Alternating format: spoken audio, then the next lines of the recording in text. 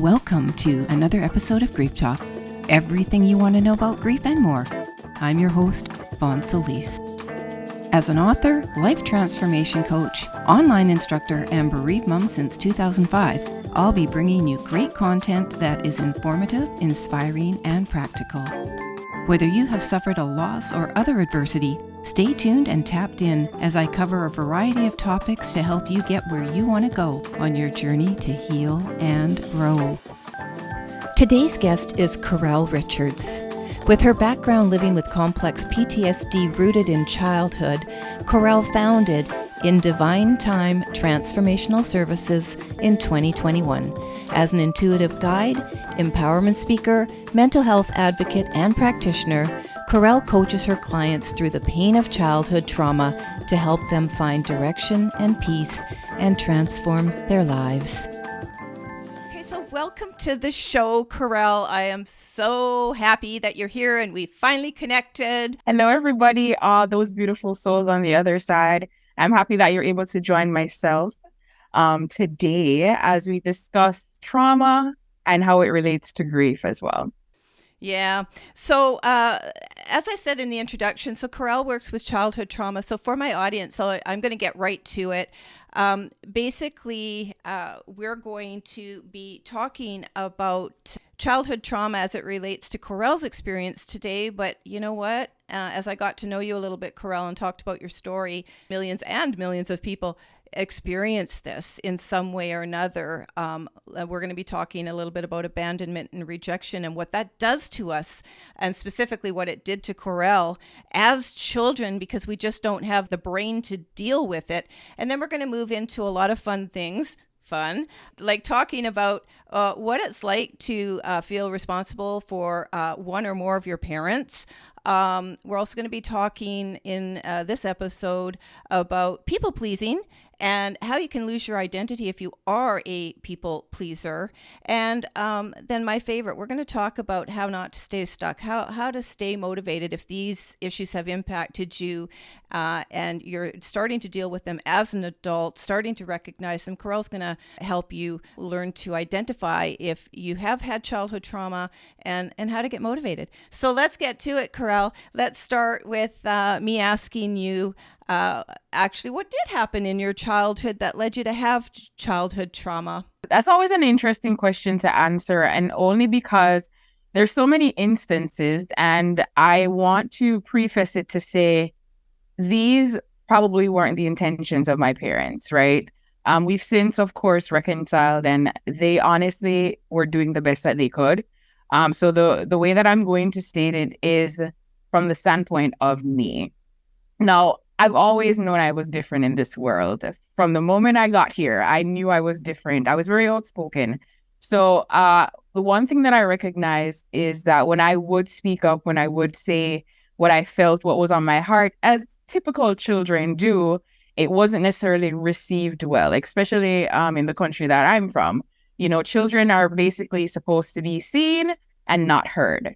And I was the absolute opposite. I was seen and I was heard. Okay.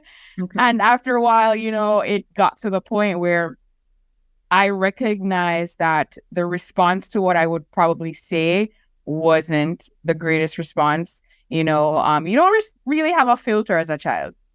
I know being around children, they don't have a filter. But for a very long time, knowing this about myself and seeing the response that I got, I started to internalize a lot of the responses to mean something that was wrong with me, essentially. And then after a while, you know, people would start to disappear from my perspective. And that, in essence, caused me to start creating a story for myself. And I see your face. Yeah. So my question is, as a child, that's pretty astute to notice, quote, people disappearing. So could you give an example of that? So when I said people would disappear, now on the other side of it, and as you had stated brilliantly in the beginning, we have a way of adding stories or creating our own narratives, right? So my mother and my father were very hardworking people, and they would go on trips. You know, they'd travel back and forth to Jamaica from the States. So as a child, you know, you don't necessarily have a concept of time. You just know that you're here one moment and the next day they're not. And for me, being so heavily connected to my father, he left when I was about 2, to seek out a better life for us. And now I didn't know that at 2. And as a result, me already thinking, okay, something's already wrong with me. You start to attach these stories. And in attaching these stories, I said, I did something wrong, which is why he's no longer there. Right. I'm just going to expand on that really quick, just jump in, because I didn't have a parent that abandoned me in that way. And I am giving respect to all parents out there. I'm a big believer in they've done the best they could with the tools they had. But there's a lot of people that, are pretty angry at their parents still. And I get it. What triggered it for me is when you said you thought you had done something wrong. And I was flashing back to the times I got spanked. And that's so difficult as a small child when you have a large parent or anybody, punish you and hurt you and almost violate you, right? So I'm just throwing that in for the people that may not relate to, let's just call it abandonment physically, but punishment or in any other way we feel demeaned by a parent when we are these, I'm going to say, innocent children who have no concept, as you said brilliantly, of time or meaning, really, of what's going on. Abandonment is so much of a spectrum too. Abandonment, a parent could be in your life. They're present, but they're not really present. They don't really know who you are. Yes, they pay the bills. Yes, you sit at the dinner table with them. But if they don't know who you are and they're expecting you to show up as what you're not, that is also a form of abandonment. So it's not just not necessarily, leaving the home. They could be there in body, in presence, but not actually be there to see who you are and honor who you are. So it's, in essence, they're telling you to abandon yourself. And in abandoning yourself, that's where the abandonment wound also comes up. That is so important because I think a lot of us do that with our children. And I'll say I probably did that also with my daughter, who, for the audience that doesn't know, died by suicide in July 2005 at the age of 22, almost 18 years ago. And I carried an awful lot of guilt. I still carry some of it because I think what you just said, Caurel, I saw her the way I needed to see her. And I have talked to other parents. I'm not alone. I won't say we all do, a majority of parents do this because we want them to be happy and we think we know what's best for them to make them happy. And if there's one change that I could have made, I will just throw this in for parents listening, or in any relationship, it's listen and give your child credit for being an intelligent, even sometimes really wise human being. And when you lose a child, I'm just going to throw this in. And every bereaved parent I met, we all found out something about our child that we didn't know, and how smart they were, or how in tune they were with. So it's sort of counterintuitive to what we just said, but I'm now talking older children. But even younger children are very in tune. They might not be able to understand meaning and time and all that, but they understand feelings and emotions, right? That is what they understand. They're so feelings oriented. Logic isn't necessarily kicking until they're about 7. So all they can do is feel. And imagine all you can do is feel, and then someone's telling you, hey, stop crying. Hey, stop feeling what you're feeling. Like, you're asking me to do something that is so impossible. I've recognized that with parents, they're basically going from what they never got. There's a bit of overcompensating. They're like, okay, well, I never got this, so I have to give this to you, not recognizing that the child in front of you doesn't necessarily want that. Yeah, and it can just, escalate if we already start with a parenting style like that, where we're not listening. And I raised my son quite a bit differently, who was 9.5 years younger than my daughter, and I've always felt myself as a guardian to him, and he's here to have his experience, and we guide in the best way we can. And let's just listen to our kids. So I'll ask you this. What was the key thing for you in looking back, or at the age that you identified yourself as having had childhood trauma? And was there a trigger moment, or was it an accumulation of things that had happened that you didn't understand? Uh, it wasn't a long time ago, to be honest with you. I would say I had just moved to Canada. So I moved to Canada when I was about 28. Mm-hmm. And shortly after that, I finished school. I met a guy. I lost a family member. And as soon as I lost a family member, I also lost that relationship. So loss essentially triggered me knowing something was a little bit off. And when I say it was a little bit off, something just didn't feel right. And I've been on this planet for so long, and I'm like, this can't be it. There has to be more to it. And I believe in that moment when I said there has to be more, I started to have these flashbacks of things that I had experienced, things that I had pushed away, emotions that I had suppressed, and I broke down. Okay. Okay. I cried for a good week and a half, 2 weeks. I just could not stop crying. So the inner journey is often painful at the beginning, and quite often something at whatever age we're at. But I would say if we come to an inner journey in our 20s, we're really lucky. Honestly, I do. And once you're on the inner journey, it never ends. You have just a more awareness and expansion in your thinking with the toolbox that's getting bigger and bigger and bigger. So it's not that the lessons get more horrific. They could, but we're challenged all the time, because it's just a fact of life. And so to become awakened, even if it is through pain, which it often is through pain and sometimes suffering, and you go, I've had enough, or, whatever that moment where you just, no. It's actually can be seen as a beautiful thing too, because we can learn so much about ourselves. It's that moment you decide to connect to your inner self. And that's the moment of empowerment for me. Yeah, I absolutely agree too. And to bring it back to that loss, I recognize with experiencing those two major losses that triggered recognizing that I had lost my way. The fact that I was like, I'm almost 30 and I know I'm living, but am I really living up to my full potential? Am I truly living in the purpose that I'm here for? And I knew there was something that I'm supposed to be doing here. There's just this knowing.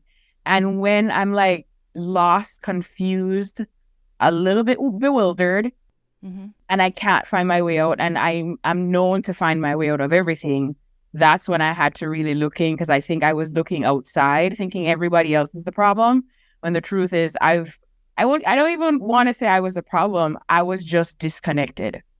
I was so disconnected from who I knew I was supposed to be that I was forced essentially.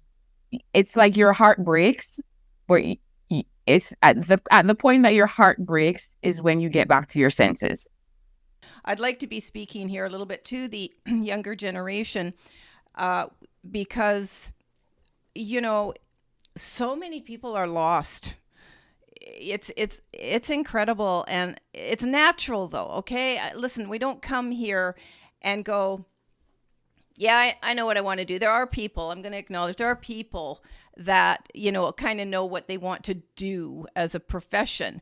But connecting to the inner self is a very, very difficult, demanding job. It is the greatest gift we can give ourselves.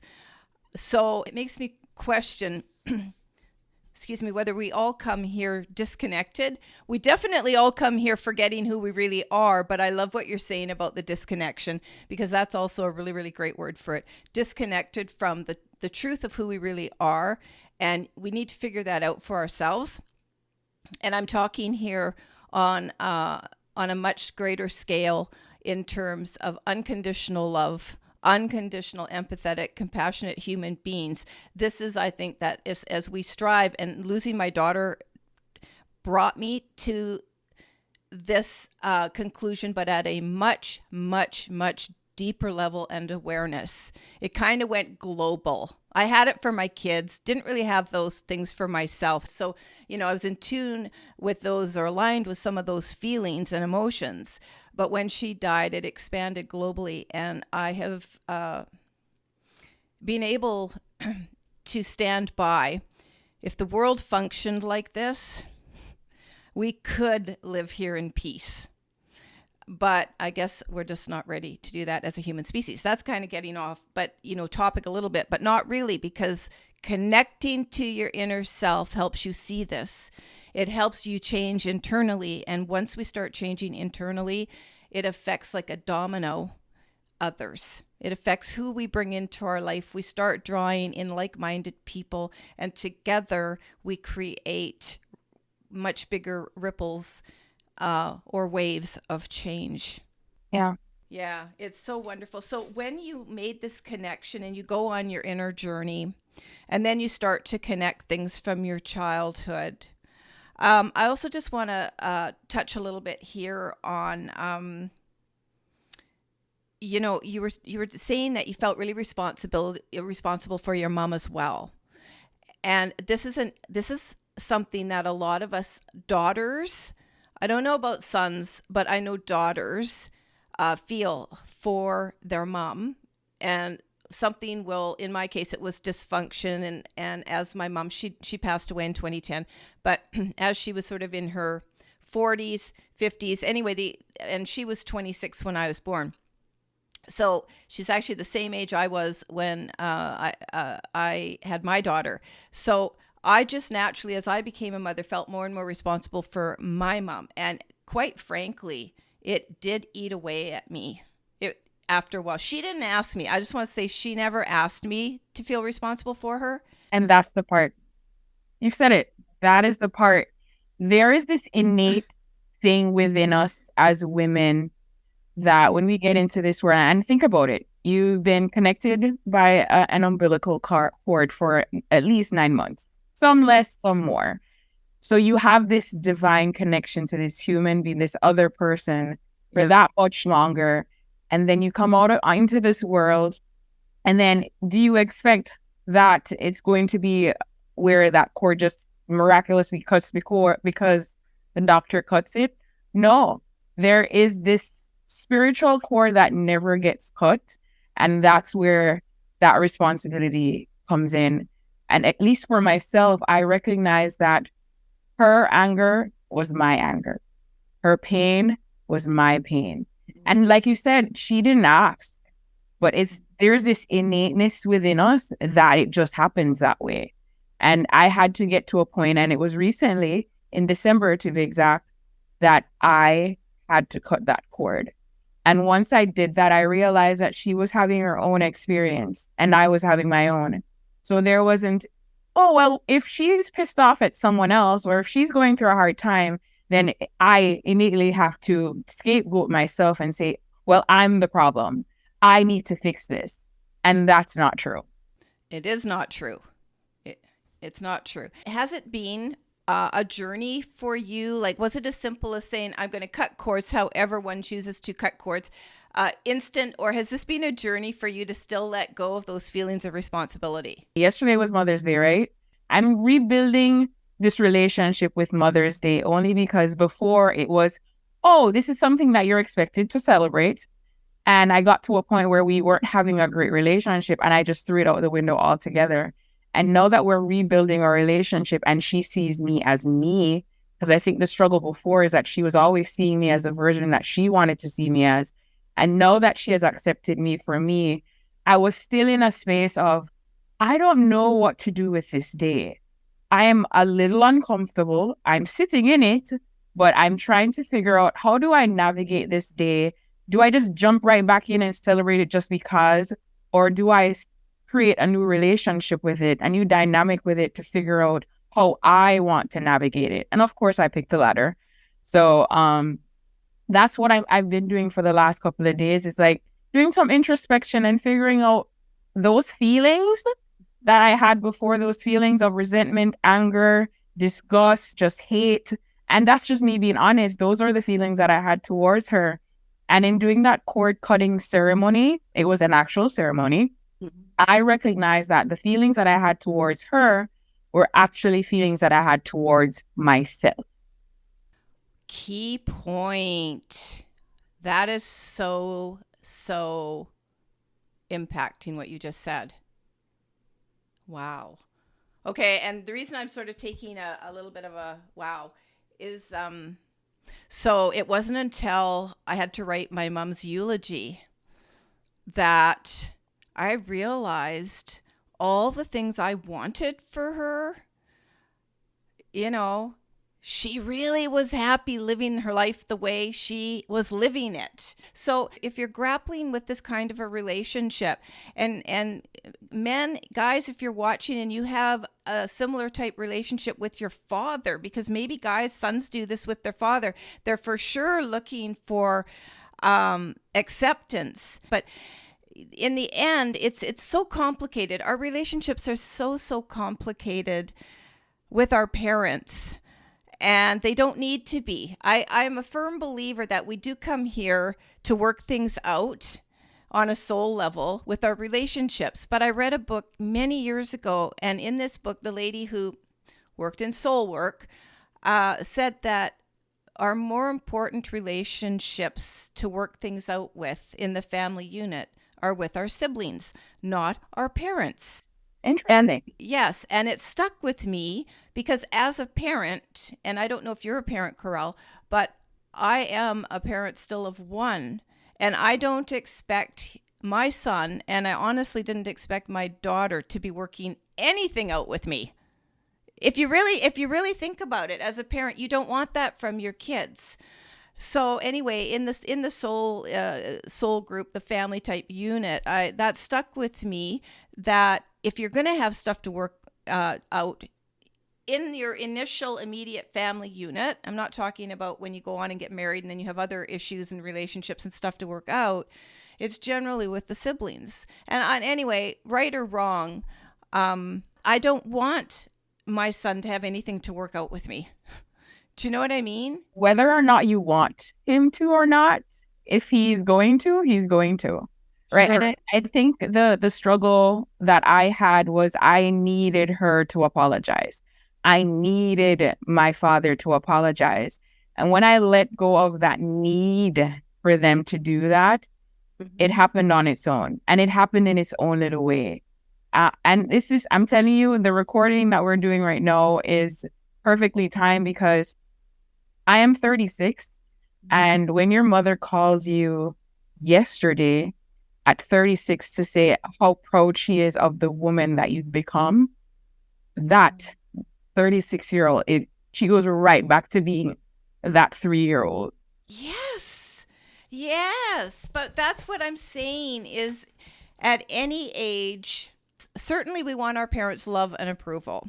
Yeah. As daughters, we want that from both mom and dad. But yes, there is a different relationship, I think, between sons and dads, daughters and mothers. I struggled a lot with my daughter. We had a very contentious, like normal. Sometimes we just got on each other's nerves, and other times we snuggled up together and watched, TV. So, and I'm not alone in this. Many mothers are going to go through a period where they're going to have a little bit of this, tug of war. Yeah, thanks. It's not conflict really. It's just tug of war, and I think it's just finding your place in the relationship, in the home, and so on and so forth. But I was estranged from my dad for 18 years. I'm just to your point about going back to childhood. And 4 months after my daughter died in 2005, there was a family reunion. My sister organized it, and a bunch of us went, and we reconnected with my father, who was 81 at the time, and in a nursing home at this point. He had all his faculties, but he had Parkinson's, and he ended up in a nursing home. When we reconnected, there was a moment at a luncheon. This is probably about my second or third visit to him that week. I just had 1 week, and I saw him as many times as I could with my husband and my son. And we were sitting on the couch together, and he tapped my knee, and, he just said, "Everything is good. My little girl is home again." And I went back to being that kid Yeah. that was beaming. Why? Because I was terrified to see my dad, because I thought my dad would judge me as being a really bad mom because my daughter had chosen to end her life. Now, that's a pretty big, loaded issue. But the point I'm making is it can be on a really micro level that your parent didn't tell you they loved you enough, or they weren't what you expected them to be. And again, this mind that's just trying to make sense of feeling safe and secure. Yeah. And it can complicate us for the rest of our lives unless we do something about it. Would you not agree? Yeah, absolutely. The mind is very powerful. Yeah. Even just sitting here, we're having a very conscious conversation. But in the end, who runs the show is your subconscious mind. And if your subconscious mind is filled with beliefs, stories that's telling you that you're unworthy, that's telling you that you're unlovable, that's telling you that you're not enough, you're going to show up that way. And is it true? It's not true. It's just that the way that you experienced life when you were a kid with the limited resources, those are the things you told yourself. Because, like I said, you're working with limited resources and it's a part of the journey. Like you're saying that we come here for a reason. We come here to deal with things on a soul level. And I wholeheartedly believe that. I believe that we even choose the parents that we choose to go through these experiences. Like there's certain parents I knew I wouldn't choose because I probably wouldn't have learned these lessons. And in learning these lessons, I became, I'll say, closer to the version of me that, not to say I don't accept the other versions, I'm closer to that version that I'm here to be. Because I have a purpose. You have a purpose. Oh, for sure. And the longer I take to show up as that version and love myself through the broken pieces is the longer that I'm not going to be able to show up as that person. What's really beautiful, Caurel and audience, about purpose is that purpose can evolve. So while you may have the framework for it, and it will evolve, and it has to evolve, because the more you get in touch with it as we age and we get more life experiences, we start to interpret and absorb information in a much more expanded way.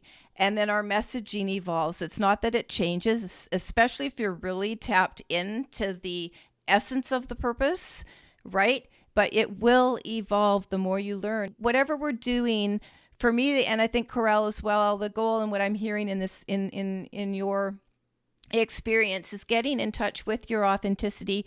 That's the only way you can get in touch with your purpose, by the way. You're not going to find purpose if you're not authentic with yourself. And that means inner work, inner connection before any outer connection, because you can't even really have great relationships unless you've got a great relationship with yourself. Oh, trust me, I've tried it. I'm just like, look, let's focus on everybody else. And then maybe, and that's where the people pleasing comes in, is where if you meet everybody else's need, they'll love you. They'll love you. But the moment that you stop meeting those needs, then they get to see the real you. Then all of a sudden it's too much, right? But the truth is, if you've never really showed them who you are, how do they know? How do they know? So you're actually doing yourself a disservice by not being authentic. And I recognize that the biggest struggle, the number one struggle in terms of being authentic, is that self-acceptance piece. Great. We are aware. Wonderful. But if you cannot even accept those messy parts of yourself, then you are not going to be able to show up with those messiness. You won't. So I'm going to say one thing, and then I'm going to ask you from your perspective and your generation, why you think it's so hard. And I'm using a little bit of the generation because like in my generation, we've grown up and I don't know, we never talked about this kind of stuff. So I do think today, like it was very, very, I started metaphysics and all that in the early 80s. For people who know Deepak Chopra, I believe I have one of his first books. And at the time, he was a cardiologist and making sort of the connection between what's going on mentally, emotionally, and spiritually causes heart attacks. Yeah. And his book is in my little bookshelf there because it was so authentic. And we have to be very, very careful. The bigger we get, if that's what we're going after, the more impacting our messages become, that we stay true to the authenticity, because it changes people when you start changing, chasing the dollar. But what you're saying about this people pleasing, the self-acceptance. So my question is, there are a lot of resources available to access now on personal power and manifesting and intention, far more than there were 40 years ago. So why do you think it's still so difficult to accept ourselves, even with all the tools available, resources available? It's not about everybody else. It's not about these personal development courses. It's never been about that. There is a thing called shame. There is a thing called guilt, and those are very powerful feelings. Yeah. Guilt and shame tells you that you're unworthy. I'm actually in the middle of doing a series right now where most of my life I heard I was too loud. I was too fill in the blank. I'm too sensitive. I'm too empathetic. I'm too nice. I'm too lazy. I'm too all of the above. And when you hear that as a child, as a human being, you're hearing that something's wrong with you. And if that's the narrative that is playing in your head constantly, that something is wrong with you, no matter how many personal development courses you do, that's running and it's blocking anything else from coming in. So the thing that makes it hard is that we think something is wrong with us for the things that actually make us who we are. Now, I'm very empathetic. I am very loud. I'm very outspoken. But those are the things that make me me. Yeah. So if all your life, the things that make you you, somebody's telling you something's wrong with you, then why do you think you're going to love yourself? Why do you think you're going to honor who you are? Why do you think you're going to accept who you are? It's changing that narrative, thinking that there's something wrong with you for the things that are actually what make you you. So are you saying that people are really pressured to change the things about them that make them them? Yeah. So when someone says you're too outspoken, it just means that you have a lot to say and you're actually probably making sense. And it's just that they may not be comfortable with what you're saying. So and I'm speaking from experience, I had a lot to say. And maybe what I had to say wasn't probably said in a kind way. But now that I've learned how to compassionately speak and understand that, hey, words have power, I no longer am silent. I just know I'm very mindful of how I speak to people. So it's not that I turn away from my greatest gift. I own that gift now. I have just honed in on it. But a lot of people are so shameful of the things that make them them that no matter how much personal development you do, if you are shameful of the things that make you you, you're not going to show up. So this is obviously coming from somewhere. We opened up with the parent-child relationship. I don't want to blame parents. Ooh, I don't. Do you think this shame comes from the parenting we received? It's a combination. I believe it's from society. There isn't one woman. There isn't one man. There isn't one human being, but society sets it up where the expectation is that all women should be the same. Oh, you should be feminine. You should be this. It's the should. They're just shooting on you, right? Men should be this. People should be this. And when you are not that thing, you interpret that, okay, well, something's wrong with me because I'm not that thing. And I don't actually want to be that thing. But if I'm going to survive in this world, I should be that thing. So you go as far as to please the other people, to belong. And that's just human nature, to belong. Yes, I would agree with that 100% because there's safety in numbers and the brain looks for safety. Safety, exactly. So talking about this, so I think you're right. I actually agree because if you look at any marginalized group today or minority, I still actually consider women to an extent marginalized. You know, I'm careful what I say, but as a woman, I get to say that. So I want to touch really briefly on people pleasing because there are a lot of people pleasers. What is your message to other people about people pleasing until the point you might drop? What is it? What does it get you, and in the immediate, and how can it harm you being a people pleaser? You started this conversation saying that a lot of us are lost. Yes. And the truth is, a lot of us are lost because we are pleasing everybody else. We're living for everybody else but ourselves. You know that when you make that decision to go to that job every day, that you don't want to go. Yes, you need to survive. You need to pay those bills. However, is that truly where you're supposed to be going? Is that the job that you're supposed to be doing? It's asking yourself those questions. Am I actually doing things that are actually pleasing to me? And when you ask yourself that question and you already know it's going to push back, it is going to push back to say, but how else am I supposed to survive? But how much longer do you want to survive? Like, surviving is the bare minimum. Yes. Yes. The bare minimum. We are not in hunter-gatherer times anymore. We are not out and the lions are not going to come and eat us. We actually can protect ourselves. We are very, very self-sufficient. So that thought of, oh, I just need to survive, it may have worked in the past, but it's definitely not working right now. Right. Yeah. I think a lot of people are in survival mode though still. Would you agree? Oh, absolutely. Because it's like what we were talking about a little bit earlier.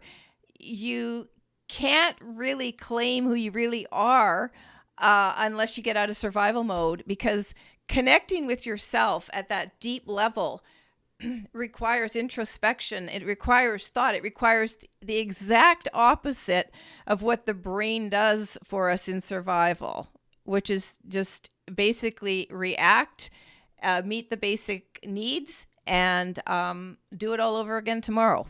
Yeah. You're just existing, essentially. Yeah. You know, there's this thing that we were given called free will, choice. Yeah. Yeah. You know, and if you're in survival mode, you're not actually living with free will. You're actually just a zombie. So you're worried about the zombie apocalypse. It's already here. It's been here for a while. Oh, that's funny. So let's speak really quickly to those people today that are living like that. Maybe have a little bit of a gnawing feeling within them, a little bit of an itch to scratch. Yeah, like, I want more for my life, but they don't know because they're lost, okay? They're lost. They're doing the grind. They're going to the job that they either are just tolerating or really don't like. But, you know, you can feel within, even if you haven't connected to something more in your life, you can feel within when it starts that awakening, right? That little bit of a, like, I'm not sure how it felt for you, Caurel, but it feels like, well, you explain what you think it feels like. For me, it's like there's something there. It is a part of the confusion, but I've often said it's those moments that frustrate us, that confine us, that, you know, challenge us. Those are the moments the doors can open for our growth and expansion, little step by little step. But how did it feel for you when, because it's one thing, the reason I want to talk about this briefly is because it's one thing to acknowledge, as we are here, and I've been in the situation doing a job I didn't like to pay the bills. Yeah. A lot of people have. So how did you handle that in whatever you were doing in your life when you really took the leap, your very first leap, and go, I'm going after this. I'm done. I'm going off the cliff. For me, I felt powerless. Okay. I felt really powerless. I was in a job that every day I got up, I'm like, I'm not going. And my friend is like, you have to go. And I'm like, no, I don't. And every day I would find a reason not to go. And when I would go, I'd do my best to get through the nights. But I'm like, this can't continue. One particular night, I had just left the gym. And I'm like, I can't do this anymore. And in that very moment, my work permit had expired. It actually was rejected by the Canadian government.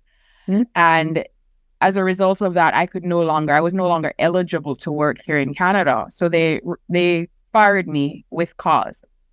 And in that moment, the level of excitement that I had, I'm like, yes, this is it. Everybody's looking at me like, what do you mean this is it? Like, you just got fired. Yes. Yeah. That's amazing. Yeah. And at that moment, I was like, this is my chance. This is my chance to do things differently. It may not make sense to everybody else, but in the end, they're going to be on board when they recognize what I felt, what I knew, because I just have a knowing, and I just have to go with that knowing. Yeah. It might not make logical sense, but that knowing is enough for me to push forward. And that it transformed me from feeling powerless to feeling powerful. And the person that's sitting in front of you today is that version, is powerful, is knowing that free will isn't just free will. It's, Yes.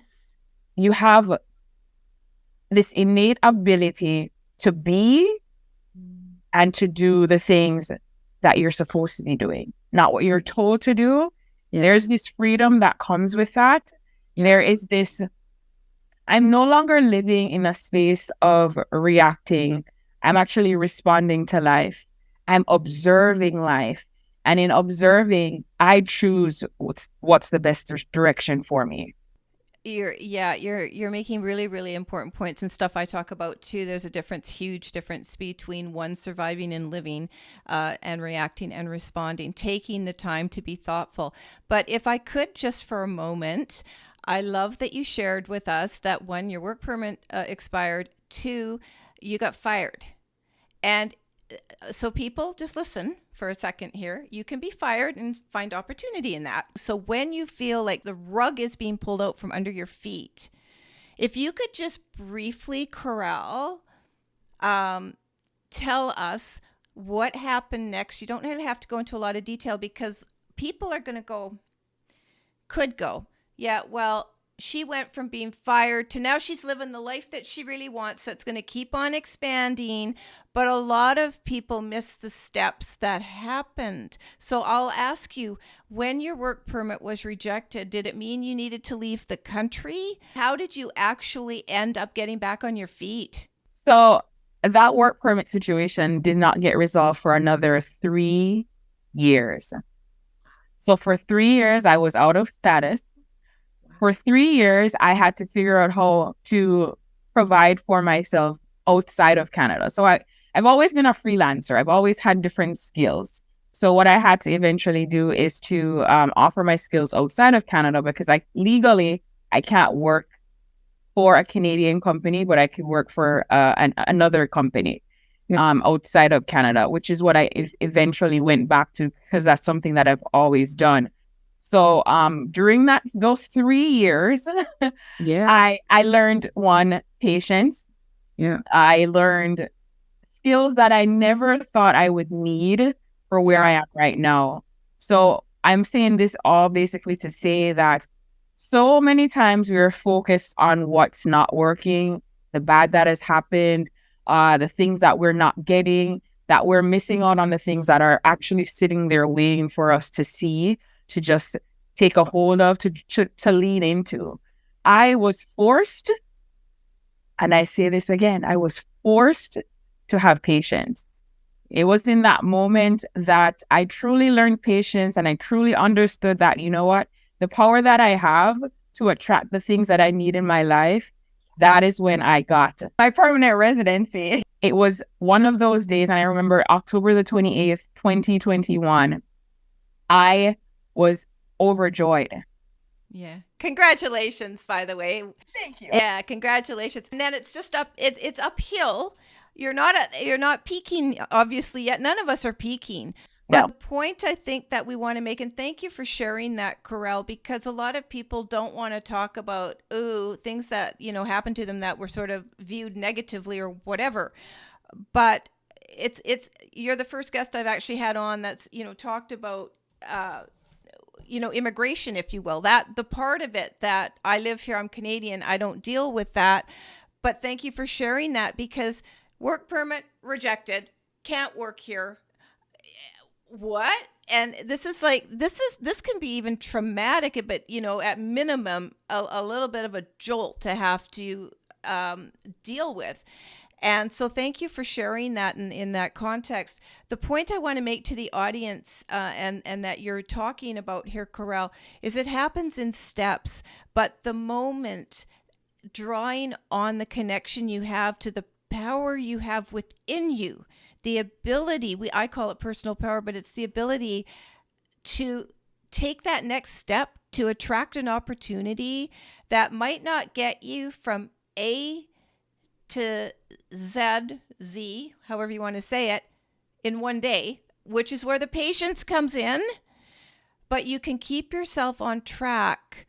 Let me ask you this. Did you intuitively know when you were faced with choices, if you were faced with more than one at a time, which one was going to keep you on track and which one was easier and going to take you another direction? I feel like you're in my head.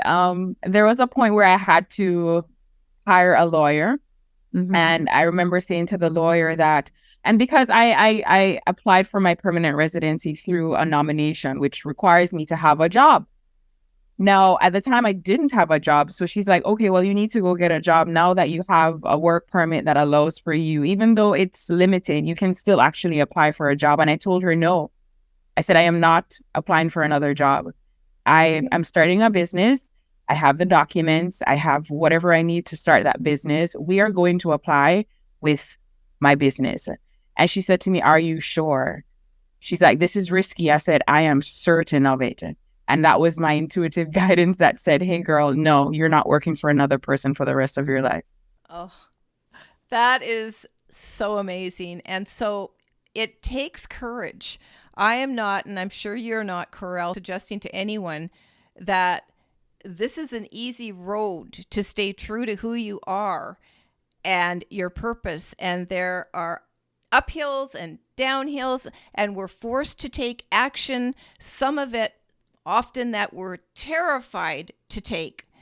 I'm certainly not going to go into my story here, but it did involve a disability. Yeah. It did involve a move across Canada. It did involve doing things that terrified me, but part of that also played in because I still had loss of identity and I didn't know. I had lost my ability to recognize my own powers of manifestation within me. Absolutely. So that is another topic for another day, but that can happen to us no matter how great you've been manifesting your life. If you're knocked to your feet or your butt or whatever, flat on the floor, for me, that's what happened. And I couldn't recognize my own power within me. I couldn't dream. I couldn't envision. And even today, I'm going to admit for the audience that can relate, I still can't see very far in the future. When you intend, and yes, lots of actual coaches in that, picture yourself 3 years from now, whatever, 1 year from now. And maybe you haven't run into that, but that's part of some people's practice. And so in order to intend, from my practice and how originally this stuff all started, decades ago, you got to envision in the mind what you want, then you intend, then you trust, then you manifest it, because thoughts become things and all of this stuff, decades old stuff.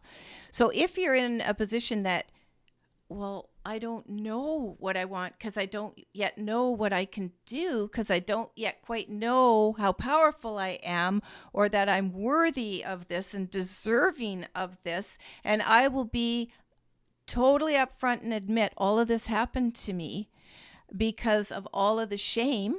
So we're actually coming full circle, that I felt as a result of my daughter taking her life and feeling responsibility for it. So wherever these feelings come from, childhood, and any number of issues that can impact us, such as you were talking about earlier, Caurel, and you've pointed out, I'm pretty sure a few times here, about the shame. Wherever the shame comes from, it limits us in ways that we have to deal with it in order to sort of let the floodgates open and all the gold come into our life. The gold being the opportunities. It doesn't have to be money. And that's another thing I am very, very vocal about is we too often culturally, define success by money, what you have, maybe even probably what you do.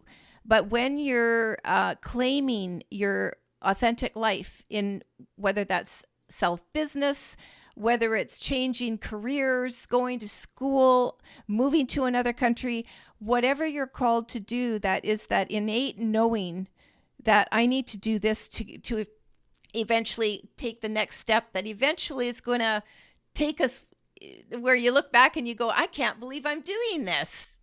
And often we're afraid. And they say it's good to be a little bit nervous and maybe even a little bit fearful about your next step because it means that you're on the right path. It means that you're alive. Yeah. If you look at that, the heart monitor, if you're just flat, then you're dead. Yeah. And so all I'm saying is, let me rephrase that.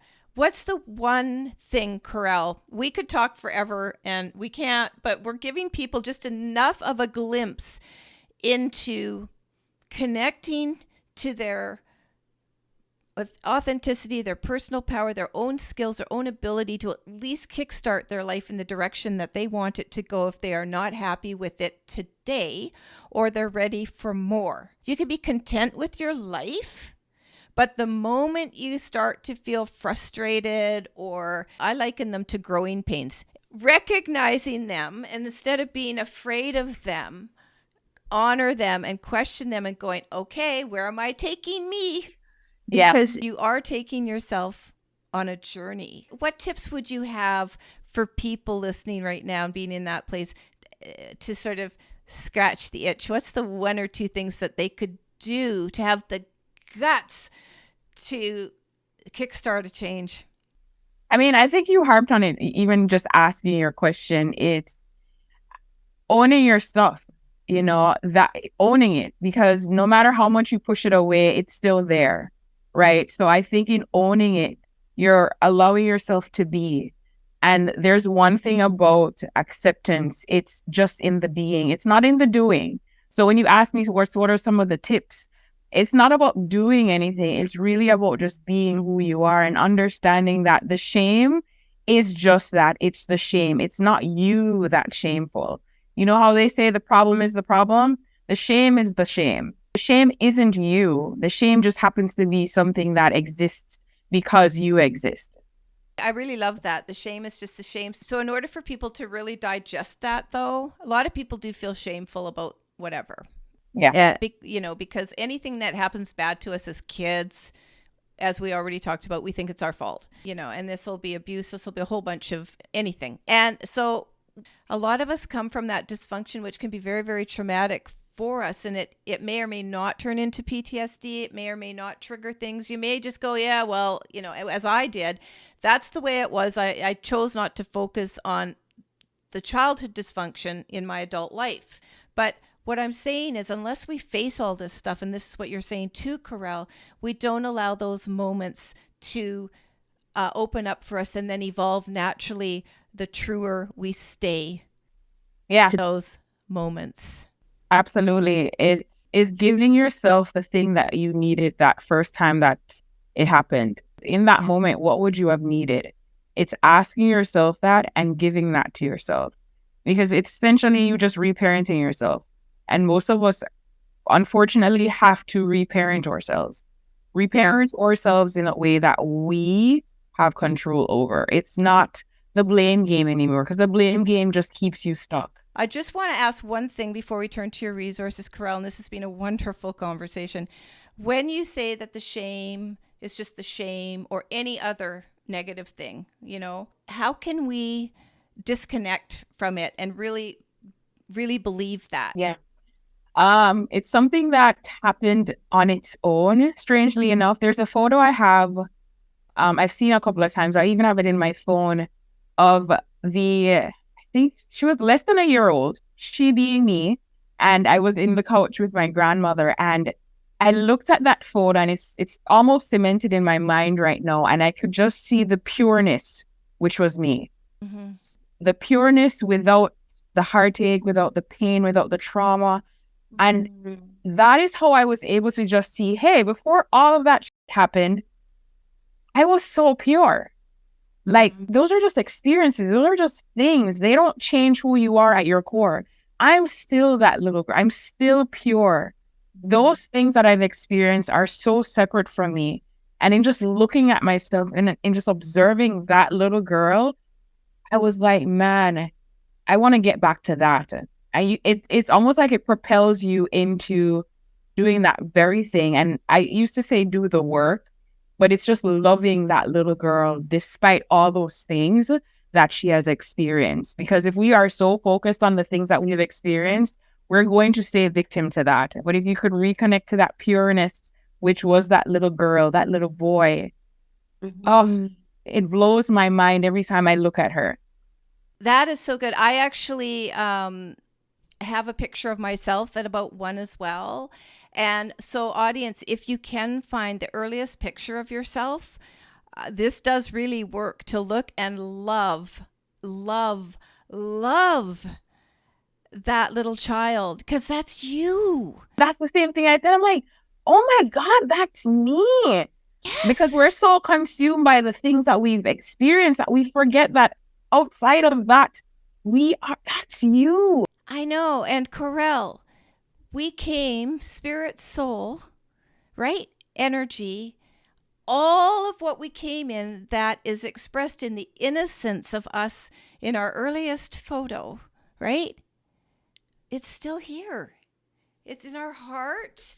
It's in us. That is who we are.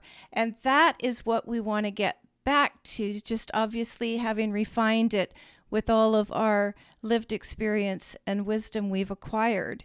That's how I want to leave the planet, Caurel, because I don't want the, experiences, none of which have, trapped me, like the death of my daughter. All of the other ones, yeah, I'm good. Yeah. So I obviously needed that experience. If we choose our experiences, well, my daughter and I did choose that one together, but, to help me elevate my consciousness to the point that I can leave the planet as pure as I possibly can. I'm not saying it's going to be like it was when I came into the world as a babe, but the goal is to, be as compassionate and empathetic and with as much love for myself and all I have experienced when I leave as when I came in. And I invite the audience to think about that for themselves as well. Yeah, it's letting yourself in spite of everything. Yes. On that note, very special moment there, Caurel. I want to just turn quickly to your resources now and the type of clients you work with, what you specialize in. And although I will be having links to your, website. The people that I essentially work with are just ready to reconnect to that sense of self. That little girl, that little boy, predominantly that little girl, but I'm open because I know I'm supposed to be open to whatever flows to me.